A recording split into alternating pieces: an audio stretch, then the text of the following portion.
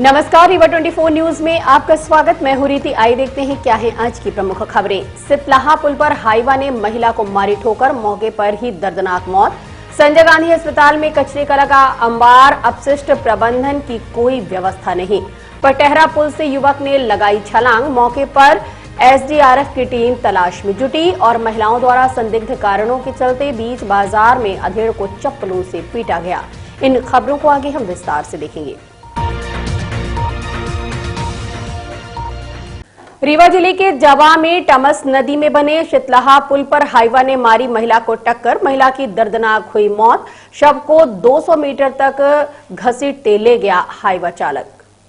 रीवा जिले के जवा थाना अंतर्गत सितलाहा पुल के पास एक जवा की ओर से आ रहे हाईवा ने महिला को पुल में गुजरते हुए बुरी तरह से कुचल दिया। महिला की मौके पर दर्दनाक मौत हो गई। मौके पर स्थानीय लोगों की सूचना पर जवा पुलिस घटनास्थल पर पहुंचकर हाईवा को जब्त कर लिया। महिला जवा से सितलाहा की ओर जा रही थी। गुलाबकली गुप्ता पति स्वर्गीय कामता प्रसाद गुप्ता, उम्र 80 वर्ष थी। 3 बच्चे 3 बेटियां उनके हैं, जो आज सुबह अपने जवा वाले घर से सितलाहा की ओर जा रही थी। गुलाबकली पूजा का प्रसाद लेकर अपनी बेटी के घर पैदल ही जा रही थी, तभी तेज रफ्तार से बालू से लोड हाईवा उसे घसीटता हुआ 200 मीटर तक ले गया, जिससे उनकी दर्दनाक मौत हो गई। आपको सूचना कब मिली थी? एक्सीडेंट होने के बाद मुझे फोन किया गया। हाँ। दुकान में थे, दुकान से कहाँ जा रही थी? सितलाहा जा रही थी। सितलाहा में एक बच्ची हमारी बहन रहती है, उन्हें प्रसाद देने जा रही थी। अच्छा। घर से जब बच्चा है, भाई हमारा छोटा है, उनके साथ रहती थी, तो घर जा रही थी। क्या हुआ है?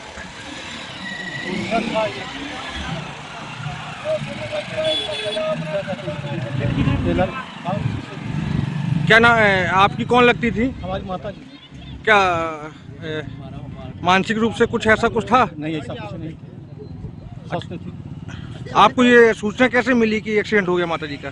हमें एक लड़के ने बताया कि जो हमारा लड़का है, उसके फोन किया कि माता जी के नाती उनका बताया कि माँ को वो एक्सीडेंट हो गया। ना हो कैसे के मतलब वो हो गया? वो साहब जब हमारा शो आगे का निकल गया तो जो बुढ़िया थी, तो बुढ़िया पहले बैठी थी और उसको पावा को पकड़ी थी। और जैसे मेरी आगे का शो निकल गया, मैं हरंग मारा, वो गिर गई हमारे पीछे वाले टायर में। तुझे कौन कौन मारा है? वहीं पर मारा। महिलाओं द्वारा एक अधेड़ को चप्पलों से पीटते हुए वीडियो वायरल हुआ है।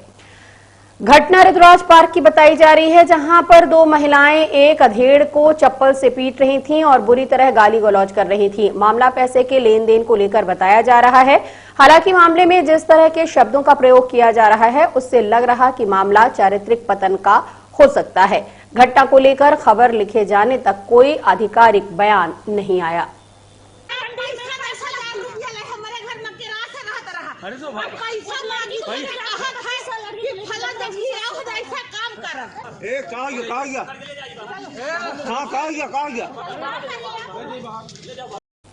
रीवा के संजय गांधी अस्पताल में कचरा प्रबंधन की कोई व्यवस्था नहीं रही, जिससे खतरनाक कचरा ऐसे ही फेंक दिया जा रहा है।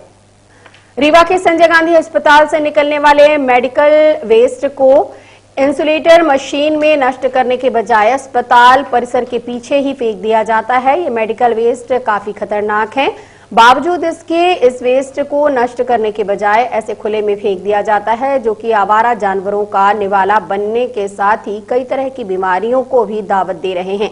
इसके बाद भी जिम्मेदार इस ओर किसी भी प्रकार का ध्यान देने को तैयार नहीं, जिसके कारण कई तरह के संक्रमण के बढ़ने का खतरा भी मंडराने लगा है। सर, इसका उपचार ये है कि bio medical based treatment facility Satna की कंपनी ले रखी है और इसको जो है आखिरी वक्त में नष्ट करने के लिए CWTF सतना भेजा जाता है। वहाँ पर प्लांट है, ट्रांसपोर्टिंग के जरिए यहाँ बायो मेडिकल बेस्ट कलेक्ट होकर आता है, सेंटर पॉइंट है। यहाँ के बाद जो है हाइपोक्लोराइड करने के बाद गाड़ी में लोड करने के बाद भेजते हैं, सतना जाता है। अभी जो जैसे सड़क में अभी हम लोग कचरा देते हैं, कचरा जो पड़ा हुआ है ये कैसे उठेगा, मतलब इसको यहाँ पुलिस फेंकने की अनुमति है? अनुमति सर इसकी नहीं है, जो कि इतना बड़ा हॉस्पिटल है हम अपनी तरफ से पूरी कोशिश करके इसको हर संभव मदद करके अपने यहाँ जो है कलेक्ट करने की कोशिश कर रहे हैं। अभी जैसे पीपीई किट पड़ी हुई है, मेडिकल चीज़ें पड़ी हुई, वेस्टेज पड़े हुए हैं, तो इससे क्या लोगों को जो आने जाने का रास्ता भी है? जी सर, उसके लिए भी जो है एक अलग जगह बनाई जा रही है और जल्द ही जो है उसके लिए सैंक्शन हो जाएगी। आप 1 साल से यहाँ हैं? जी सर। मतलब फरवरी से हैं जी। तो जब से अभी तक में हमेशा ये देखा जा रहा है कि अभी तक कोई उसका ऑप्शन नहीं बनाया गया, हमेशा ही रोड में ही कचरा देखा गया है। नहीं सर, इसका क्या कारण? इससे पहले ऐसा नहीं था जी, इससे पहले हमने नहीं देखा है। हम जब से आए हैं अपनी तरफ से जो पहले यहाँ डिस्कार्ड किया जाता है उसके बाद बंद करके वहाँ भेजा जा रहा है, चूँकि ऑलरेडी ये मशीन खराब हो चुकी है। कि संजय गांधी अस्पताल का जो वेस्टेज जलना था ये 1 साल से आपके कार्यकाल में हमेशा ही खराब रही है? जी सर, ये मशीन खराब है, लेकिन जो CWTF सतना में लगी हुई है यहाँ से भेज के वहाँ जलाया जाता है। वहाँ जलाया था। अभी हाल ही में कुछ मानवांग भी यहाँ मिले थे, जो उनको कैसे नष्ट करते हैं और कहाँ फेंकते हैं आप लोग निकाल? सर, जो मानव अंग मिले थे अपने यहाँ नष्ट करने के लिए, उस चीज़ पर हमें जो है पेनाल्टी लगी है। जो लापरवाही हुई उन गलतियों को हमने स्वीकार किया है, पर उसके बाद से अभी तक कोई ऐसी गलती नहीं है सर। यदि कोई मानव अंग डॉक्टरों द्वारा निकाला जाता है जी, उसको स्टोर करने की क्या व्यवस्था? वो हमारे पास सर एक डब्बे में स्टोर करके हम अलग से जो है लिख के भेजते हैं, चाहे लेग हो चाहे चेस्ट के से कटे हुए मानव अंग जो भी हो, हम अपने अंतिम निष्पादन के लिए CWTF सतना भेजते हैं ट्रांसपोर्टिंग के जरिए। तो उसको डंप कहाँ करते हैं? यहीं यहाँ आता है और यहाँ से हम सतना भेज देते हैं। सतना भेजते हैं। जी सर। तो सतना में जो कॉन्ट्रैक्ट चल रहा है ये कब से चल रहा है आपको पता है? सर, यहाँ पर मैं 1 फरवरी 2022 से आया हूँ, तब से यहाँ का चल रहा है। क्या नाम आपका? मेरा नाम हैदर अली है। मशीन में क्या खराबी है? सर, इसके बारे में मैं नहीं बता सकता हूँ, चूँकि ये मेरे हैंड ओवर नहीं है और ये ऑफिस में आप पता करेंगे अधीक्षक ऑफिस में तो वहाँ पर। पटेहरा पुल से युवक ने लगाई छलांग, SDRF की टीम सर्चिंग में जुटी। बताया जा रहा है कि रीवा जिले के अतरेला थाना अंतर्गत पटेहरा पुल के पास एक युवक ने कल दोपहर छलांग लगा दी थी। सूचना मिलने पर होमगार्ड और SDRF की टीमें सर्चिंग में जुट गई। मौके पर पुलिस बल भी मौजूद है। युवक की पहचान बलराम गुप्ता उर्फ बल्लू, पिता अरुण गुप्ता, उम्र 30 वर्ष, निवासी अतरेला के रूप में हुई है।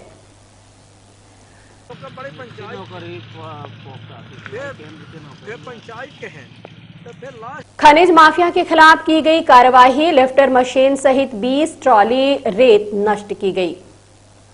रीवा कलेक्टर मनोज पुष्प के निर्देशन में जिले में खनिज माफियाओं के विरुद्ध लगातार कार्यवाही की जा रही है। इसी क्रम में आज त्योथर के टमस नदी में खनिज एवं पुलिस विभाग की संयुक्त कार्यवाही में लिफ्टर मशीन को गहरे पानी में डुबोकर नष्ट किया गया।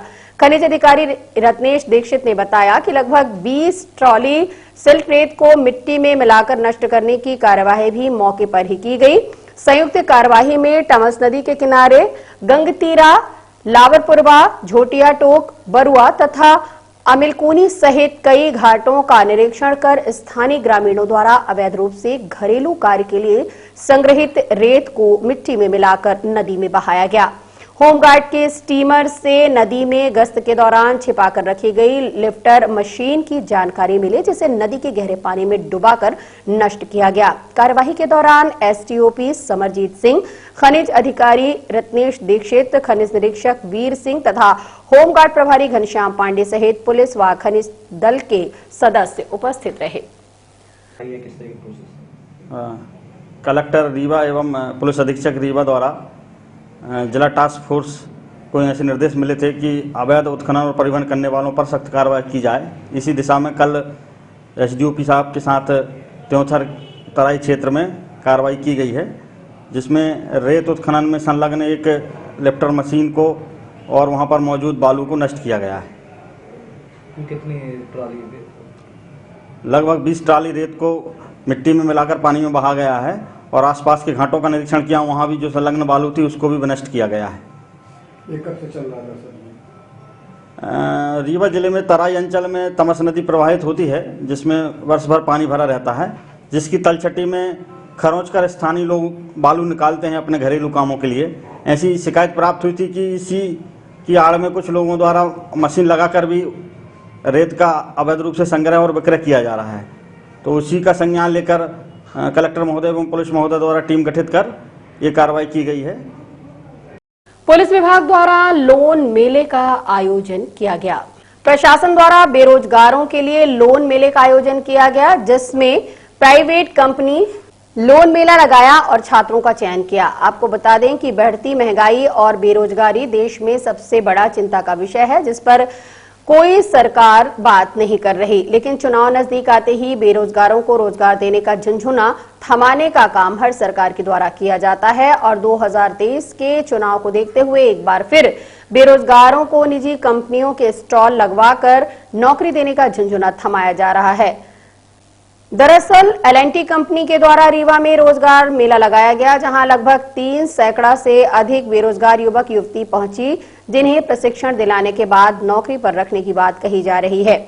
शासकीय नौकरियों की भर्तियां न होने के चलते बेरोजगारों की संख्या बढ़ती जा रही है, जिसके चलते अब निजी कंपनियों में मजदूरी के लिए शासन द्वारा मेले लगाए जा रहे हैं। दूसरी तरफ सरकार वादा करती है कि बम्पर भर्ती की जा रही है। हालांकि आयोजकों ने पुलिस विभाग के इस आयोजन पर बधाई दी है, लेकिन सरकार को चाहिए कि समय रहते युवाओं को रोजगार मिले, क्योंकि प्राइवेट कंपनियों में शोषण बहुत होता है। रीवा जो उनके अतिरिक्त पुलिस महानिदेशक महोदय के निर्देशन में तथा हमारे रीवा जिले के समस्त पुलिस अधिकारियों के निर्देशन में यह कार्यक्रम आयोजित किया गया था। इसका जो मुख्य उद्देश्य है वो अपराध की जड़ पर प्रहार करना है, क्योंकि अपराध का कहीं न कहीं कारण बेरोजगारी है। इसी के उद्देश्य को लेकर हमें पुलिस विभाग की तरफ से एक ये अभिनव पहल किया गया है कि सभी बेरोजगारों को रोजगार दिया जाए। इसी दिशा में L&T कंपनी के प्रोग्राम मैनेजर श्री कमल चंद्रवंशी जी को यहाँ आमंत्रित किया गया, जिन्होंने इनको रोजगार के संबंध में जानकारी प्रदान की। 5th से लेकर 12th तक तथा ग्रेजुएशन तक के ऐसे युवा बेरोजगार जो कि कारपेंटर में, इलेक्ट्रीशियन में तथा साथ ही ये कंस्ट्रक्शन के काम में इंटरेस्टेड हों, उनको पहले 3 माह का प्रशिक्षण प्रदान किया जाएगा लखनऊ सिवनी में। उसके पश्चात L&T कंपनी के द्वारा उन्हें रोजगार प्रदान किया जाएगा। इसके माध्यम से कितने लोगों को रोजगार मिल जाएगा? जो L&T कंपनी का जो लक्ष्य रखा जाता है, अभी जैसा कि चंद्रवंशी जी ने बताया है, इनका 1 वर्ष में 6000 लोगों को प्रशिक्षण प्रदान करके उनको रोजगार प्रदान करने का लक्ष्य रखा जाता है। उसी दिशा में अब यहाँ पे जितने लगभग 250-300 के करीब बच्चे आए हुए थे, जो भी इंटरेस्टेड होंगे इनको सभी को रोजगार दिया जाएगा और प्रशिक्षण प्रदान किया जाएगा। कितने तक का पैकेज है? इनकी जो स्टार्टिंग की सैलरी है वो 15,000 है। उसके अनुसार आगे इनके स्किल के पे डिपेंड करता है, उसके अनुसार इनकी सैलरी आगे बढ़ती जाती है। आप कोई कार्य करने में दक्ष हैं तो उसकी भी जानकारी हम आपसे लेंगे। तो आप सारी बहनें एक लाइन में आके, और ये सीमा मैडम बैठी हुई है प्रिज्म सीमेंट से, इनको अपना नाम, नंबर और जो भी जानकारी मैडम को चाहिए वो आप नोट करा दें। वार्ड क्रमांक 9 विभीषण नगर में दीपक वर्मा के घर से अभयराज सिंह के घर तक एवं सुखार हाउस एवं विभिन्न स्थानों पर RCC नाली निर्माण कार्य निर्माण लागत 27 लाख की भूमि पूजन संपन्न हुआ।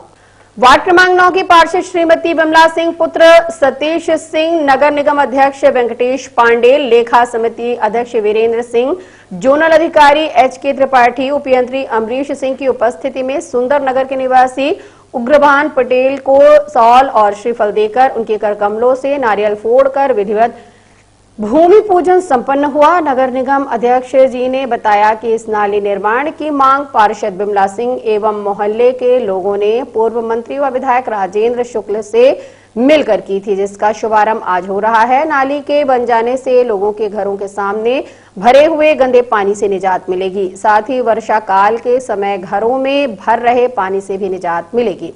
इस नाली का निर्माण हो जाने से लगभग 300 घरों में रहने वाले व्यक्तियों को बह रहे गंदे पानी से बड़ी राहत मिलेगी। सड़क सुरक्षा सप्ताह को लेकर बच्चों के बीच जागरूकता रैली को हरी झंडी दिखाकर रवाना किया गया। सड़क दुर्घटनाओं को कम करने के उद्देश्य पुलिस के द्वारा जागरूकता सप्ताह मनाया जा रहा है। बुधवार की सुबह पुलिस अधीक्षक नवनीत भसीन ने जागरूकता रैली को हरी झंडी दिखाकर रवाना किया। रैली में स्कूली बच्चे शामिल थे। बच्चों को शामिल करने के पीछे पुलिस का उद्देश्य है कि घर में अपने माता पिता, भाई बहनों को जागरूक करने के लिए बच्चों का अहम योगदान रहता है। बच्चों के माध्यम से पुलिस यातायात व्यवस्था के साथ साथ सड़क दुर्घटनाओं को रोकने का प्रयास कर रही है। रैली का आयोजन रीवा के कॉलेज चौराहे में किया गया।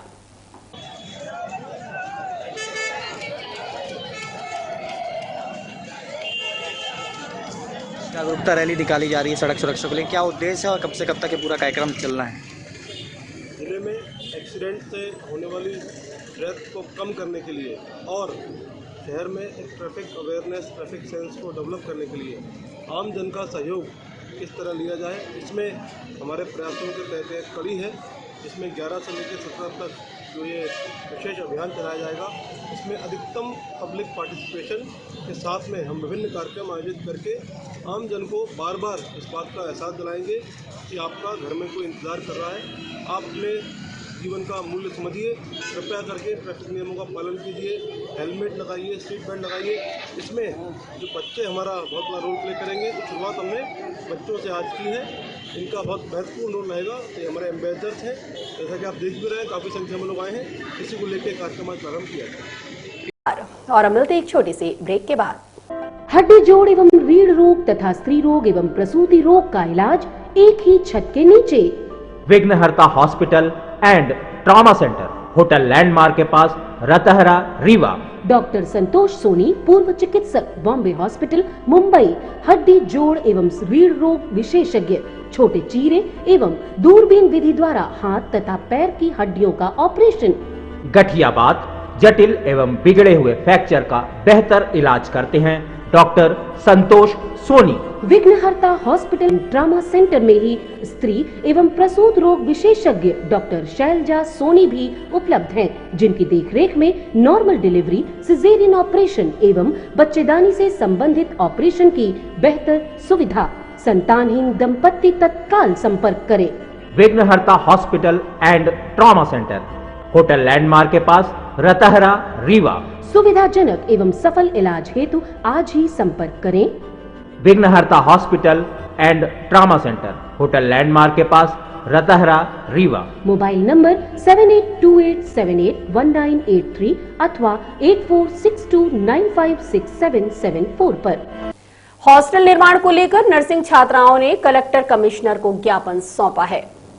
श्यामसा मेडिकल कॉलेज की नर्सिंग छात्राओं ने जर्जर हॉस्टल को लेकर ज्ञापन सौंपा है। छात्राओं ने बताया कि 1 सैकड़ा से अधिक सीट होने के बावजूद उन्हें छोटे से हॉस्टल में रहना पड़ रहा है, जिसमें एक रूम में 1 दर्जन से अधिक छात्राएं रहती हैं। हॉस्टल इतना जर्जर हो चुका है कि आए दिन शॉर्ट सर्किट से जहां आग लगती है, वहीं कभी भी गंभीर घटना घटित हो सकती है। आपको बता दें कि 1 दिन पहले ही जर्जर हॉस्टल में शॉर्ट सर्किट से आग लगी थी, जिसमें एक छात्रा का सामान जलकर राख हो गया, जिसके बाद छात्राओं ने आक्रोश व्यक्त किया। आइए सुनाते हैं छात्राओं ने ज्ञापन सौंपने के बाद मीडिया से चर्चा करते हुए क्या कहा।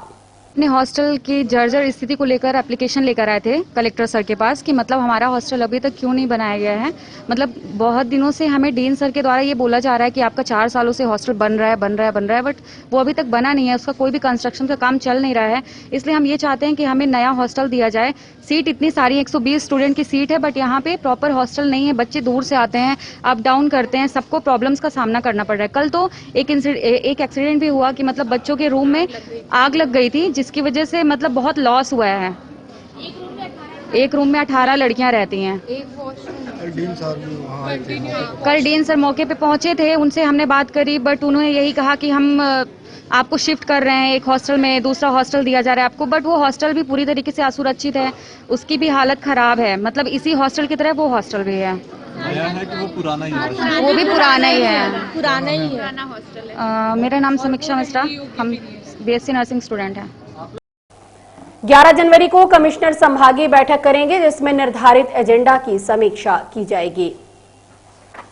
11 जनवरी को संभागीय समीक्षा बैठक कलेक्टर कॉन्फ्रेंस कमिश्नर कार्यालय सभागार में आयोजित की गई है। बैठक में रीवा संभाग के कमिश्नर अनिल सुचारी निर्धारित समीक्षा करेंगे। बैठक में नियम को ध्यान में मुख्यमंत्री आवास अधिकारी योजना, प्रधानमंत्री आवास योजना, नल जल मिशन, स्कूलों का संचालन, आयुष्मान योजना तथा सार्वजनिक वितरण प्रणाली की समीक्षा की जाएगी।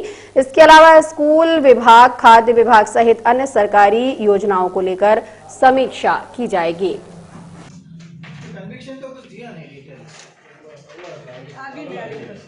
आज की खबरों में बस इतना ही। नई खबरों के साथ हम होंगे पुनः उपस्थित। इजाजत दीजिए रीति को। नमस्कार।